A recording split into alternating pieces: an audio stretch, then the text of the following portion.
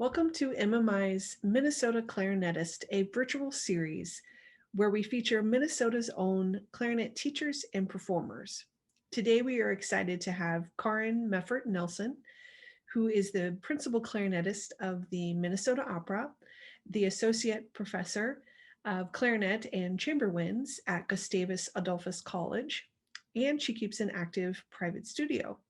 Welcome. Thank you so much for being here today.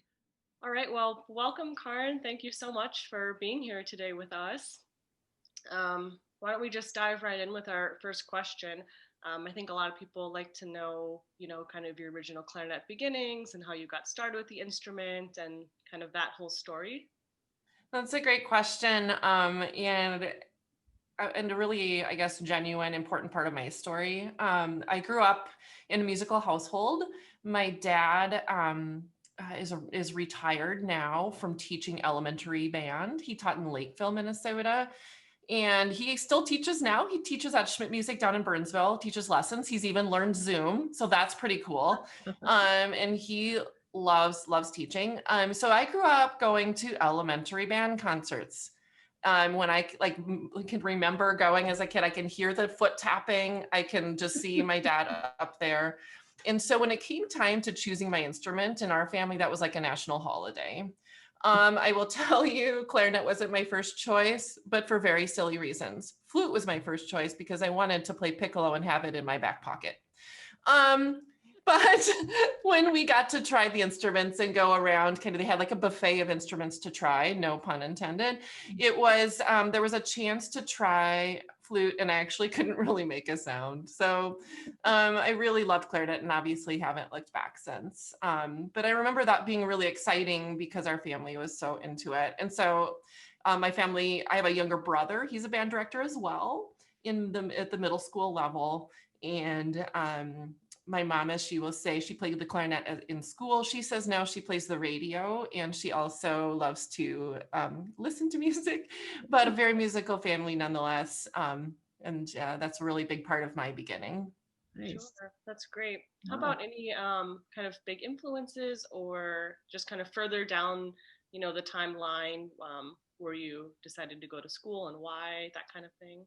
Sure. So I would say when I was thinking about this question ahead of time, and there are so many musicians that I admire. So it's, when you think, well, how do you choose one? The first one, though, that simmered to the top, that was a really early influence to me and continues to be, is Sabina Meyer. So when I was practicing as a younger player, and her recordings just inspired me so much. And then when I had the chance to meet her, was many years ago. She was in town playing with the St. Paul Chamber Orchestra. And this was, I want to say like 23 years ago. So it's been a long time since she's been here, but hearing her play live, I was, in tears. I just was so inspired and continue to be. So, and what was really fun was she was signing CDs at the concert. I remember being a young student and being able to talk with her about just what inspires her. And I just loved that. So I would definitely say Sabina Meyer.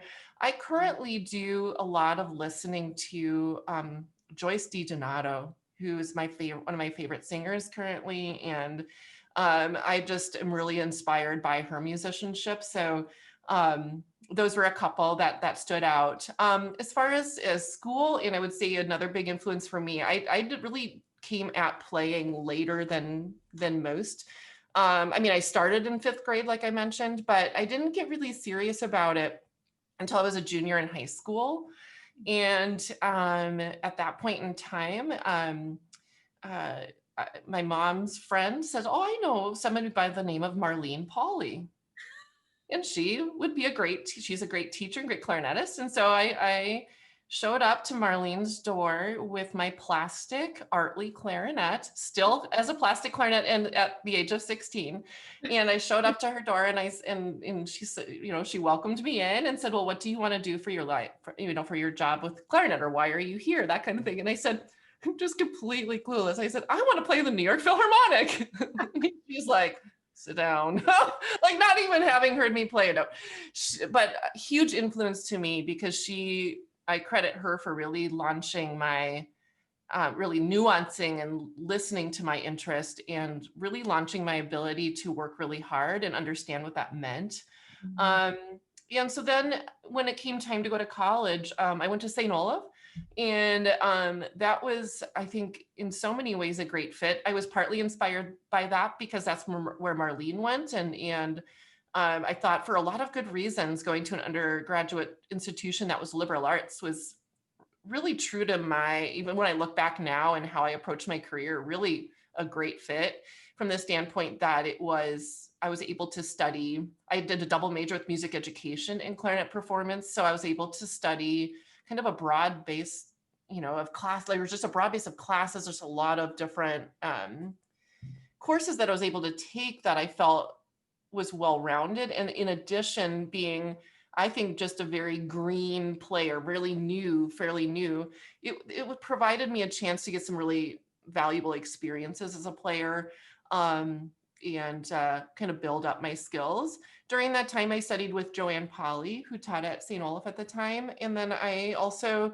would drive up to the cities and take lessons with he's still young now, but Bert Hara. He was fairly new at the Minnesota Orchestra at that point, but he was a great influence in that early time as well. So then going through St. Olaf, and I think I feel like I worked really hard. I practiced a lot. I tried to understand what it was to develop as a musician. And my dream graduate school for my master's was Northwestern in Evanston. So I luckily auditioned and was able to go there for my master's. I was there toward the end of Robert Marcellus's tenure. So he was teaching part of, like, you'd get a couple lessons per quarter with him, that kind of a situation. But I also really, really liked Russ Dagan, who was principal clarinetist with the Milwaukee Symphony. And so I got to work with both of them. But then just being in Chicago, I took opportunities to take some lessons with Lori Bloom, with Shar Zimmerman, principal of Lyric. And I look back at that now, playing in the opera, and how what I gained from all of those teachers really along the way was so helpful. So I really, really enjoyed my time at Northwestern, and then did my DMA at the University of Minnesota, and was really inspired by coming again to work with Bert Hara, whom I greatly admire as a clarinetist, as a musician.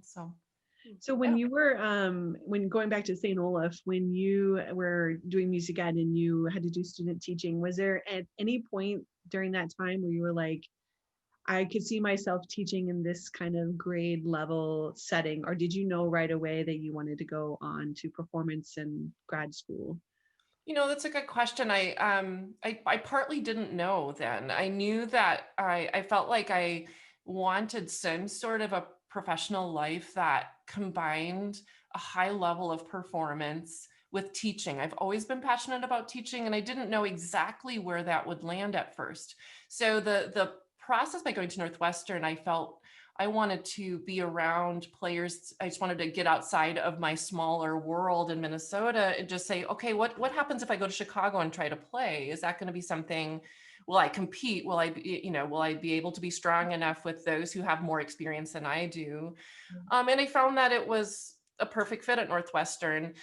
So even at Northwestern, I felt like my focus there was to become the best I could be, to work really hard. And I had ideas of teaching in different ways.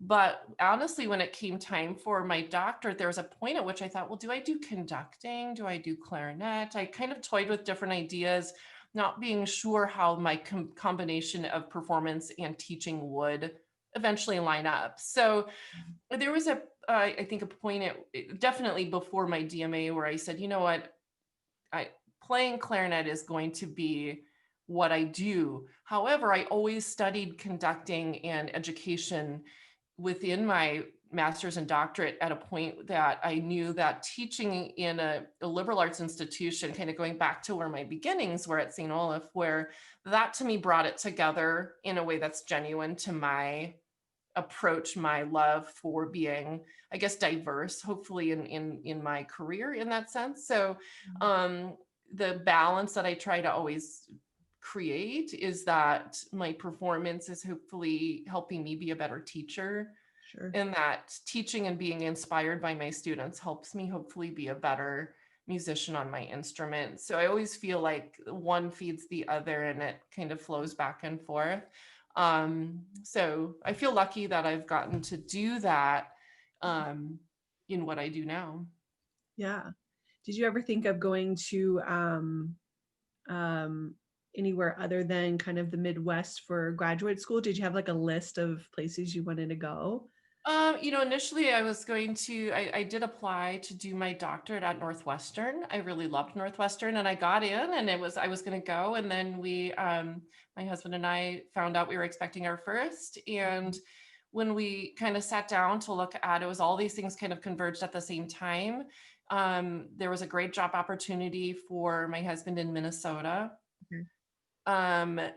I sat down to think, well, what if I did my doctorate at Minnesota? And part of that was, I mean, would have loved the experience at Northwestern too, but it was a chance to work with Bert Hara again. And that coincided with the ability to audition for the sub list for Minnesota Orchestra. And that launched my ability to really start a freelance career. And when I started to think, well, where do I want to raise my family? I want to be in the Midwest and I want to be in Minnesota. So at that point in time, I thought, you know what? Let's make Minnesota work. Yeah. And so that kind of launched the freelance career and now 2 kids later. And I felt very fortunate that the Gustavus teaching opportunity came up when it did, so that I'm able to teach at a college. I finished my doctorate at the University of Minnesota, and then I'm able to play and was able to win the audition with Minnesota Opera. So I feel very fortunate that, we kind of went in the direction of deciding on an area first, but then I feel fortunate that opportunities came at times where I was able to pursue them. Yeah. Yeah. And you kind of touched on, my next question, acting, you're a very active performer. And like you said, having that connection, knowing what that was going to lead to. Can you talk a little bit more about how that kind of manifested and how that worked and what that might look like for anybody trying to do that now? Sure. Yeah, first of all, I just feel super fortunate because I know that I'm surrounded here in a community of fantastic musicians, and I have so much respect um for just the various musicians I've gotten to play with over the last many years of freelancing. Where it started, I think, is kind of a fun story. I always and this kind of ties into, I guess, advice I would have for players wanting to get involved in the freelance world, is that first of all, say yes to everything. And that was advice that was given to me too. Yeah. And that was, take every opportunity to play. So honestly, it was okay, whether it's a church gig or whether it doesn't matter. You're making music and making music at the highest level and preparing at the highest level is super important. So I was operating under that advice that I had been given. And I got a call from the Children's Theater to play, to sub for some shows of The Grinch. And it was a clarinet tenor saxophone book. The person hiring said, well, I don't know if you have experience on tenor, but your name's been recommended to play this clarinet sub for this clarinet and tenor saxophone book. And so then I thought, well, I have itty bitty experience on tenor saxophone, but I knew that I had access to an instrument and that I had an absolute desire to play. And so I did the biggest crash course on tenor saxophone that anyone's ever seen. And I was so scared. Sure. I was so scared to come into that moment. And I think in the end, I did all right, but it was one of those say yes to everything. And that's where it kind of started. And then I have worked with, kind of started to freelance with Vocal Lessons and come in and play some for their choral concerts. And then when I moved to town to study with Bert for my doctorate, I auditioned for the Minnesota Orchestra sub list. And so then that started to happen. I was then in my early time, I also auditioned for the sub list at Minnesota Opera. So when that started, that's before the principal job was open, I was able to come in a couple of operas a year back then, but I played bass clarinet when it was needed. And I really loved that role in the orchestra as well, and to be involved. Did some traveling to play with Milwaukee Symphony, St. Louis Symphony, did a little bit of that. And it felt like one thing kind of opened up to another. And what I loved, I guess, the most about it, and still love about it, well, post-COVID, hopefully, is just the variety. So now, getting to play a Broadway show, getting to play a ballet, and now then it was, gosh, now it's, I can't remember, 10 years ago that the 10 or 11 years ago that the principal clarinet job opened up at Minnesota Opera, and I took that audition, and just felt very grateful that worked.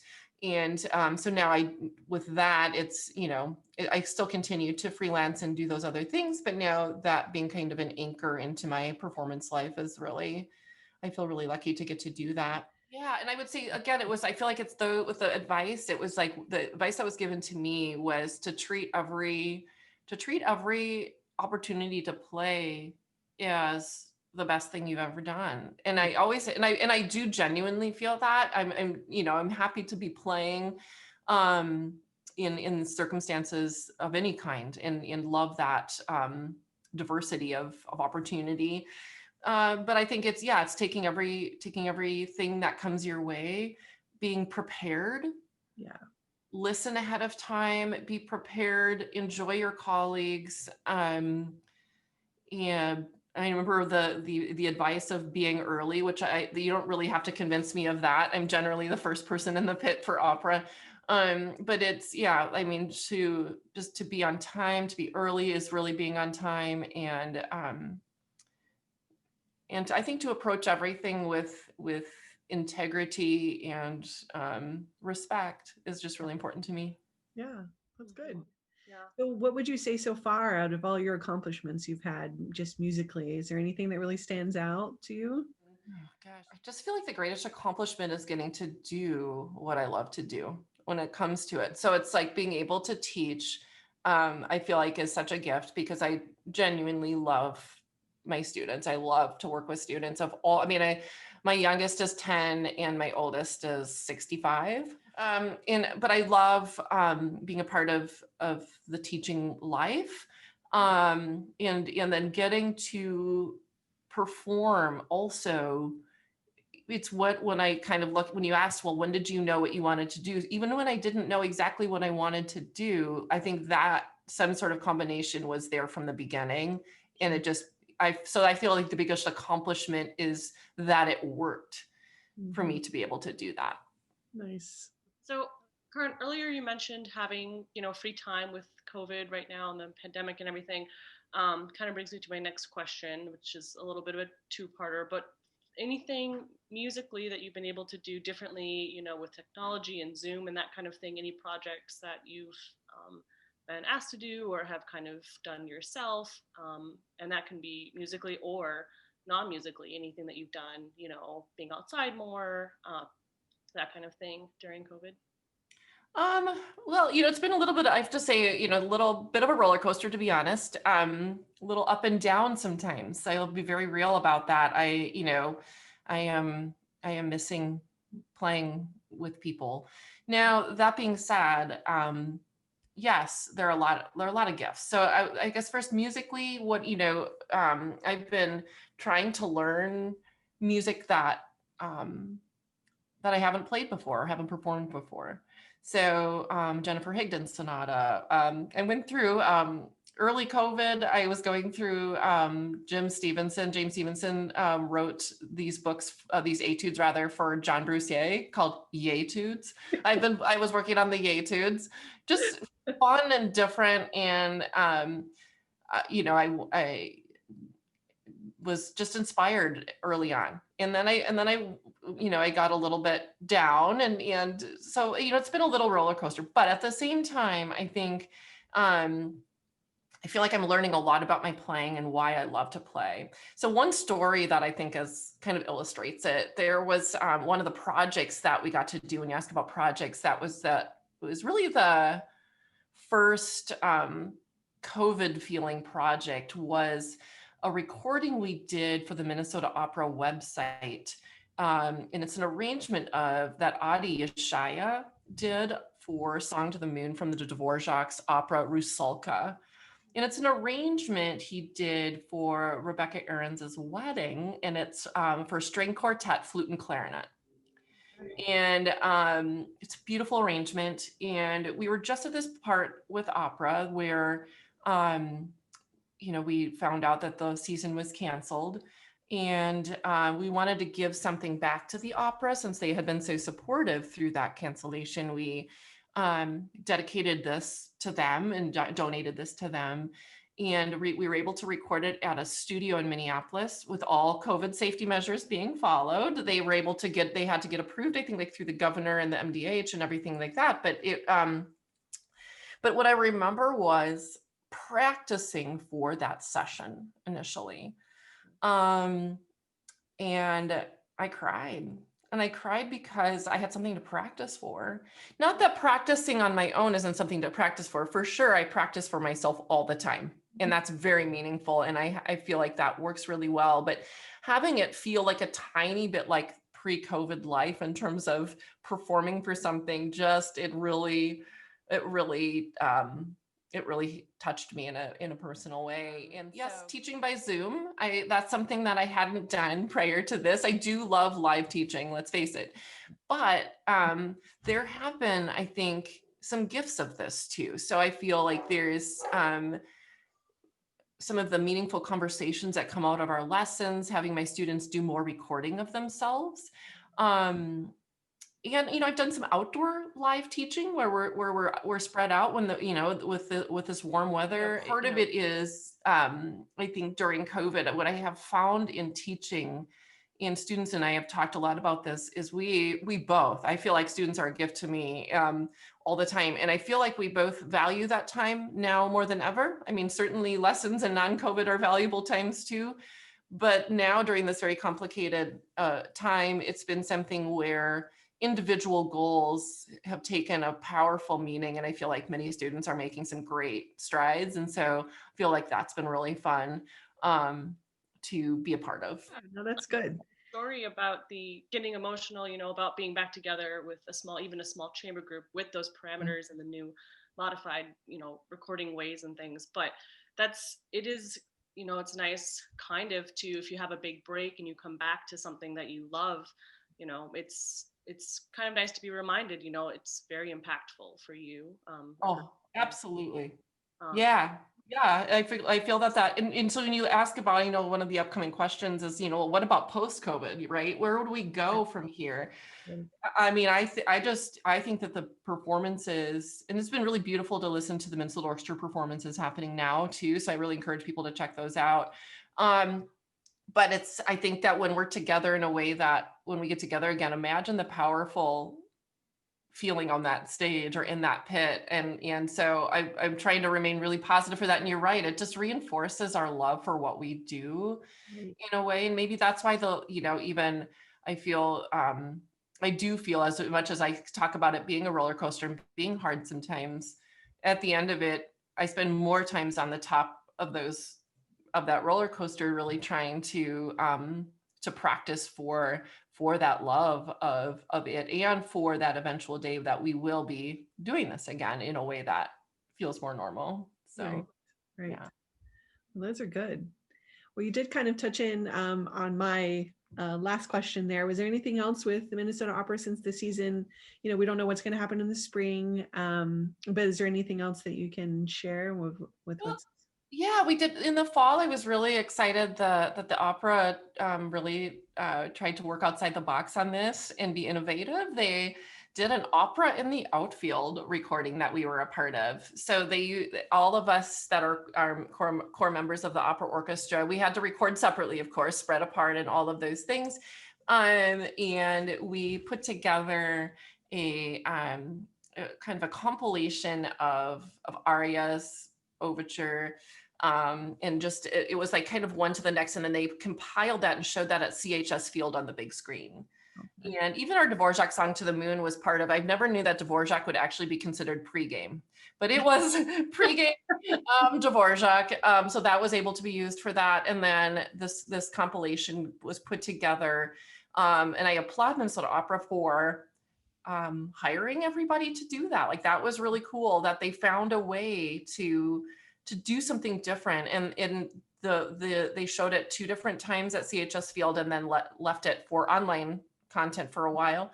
And it sold out. They offered enough tickets so that people spread out for that. And it was an interesting and fun project, I think, in our unusual time. So that was cool. And then, the spring is up in the air at this point. I think we'll just wait and see, what we're able to do safely. And I hope that we can do something for sure. Yeah.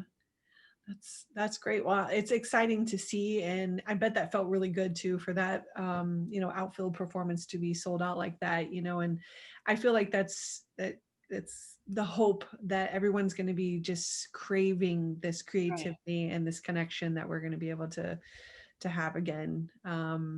So, and I personally look forward to that. I mean, I love watching the online stuff just because you need that little bit, but like you said, there's a big, powerful feeling when you get to have it in person, and Absolutely. And and I just wonder if there isn't going to be an online carry. There was definitely a lot with digital offerings before COVID, like that was happening, but I do wonder about the future that can more and more audiences be reached in creative ways digitally, and we'll just see how that unfolds. But but I'm really, really hopeful that the live audience will feel comfortable coming back, because I think, like you said, Tori, I think there's a lot of people craving that experience, and I think it will. I think it might phase in a way, but I'm trying to keep that glass half full for sure. Yeah. I think so, especially in Minnesota. We're such we're really blessed to have that such rich arts in our communities, and I'm hopeful for here for sure. That'll be good. So great.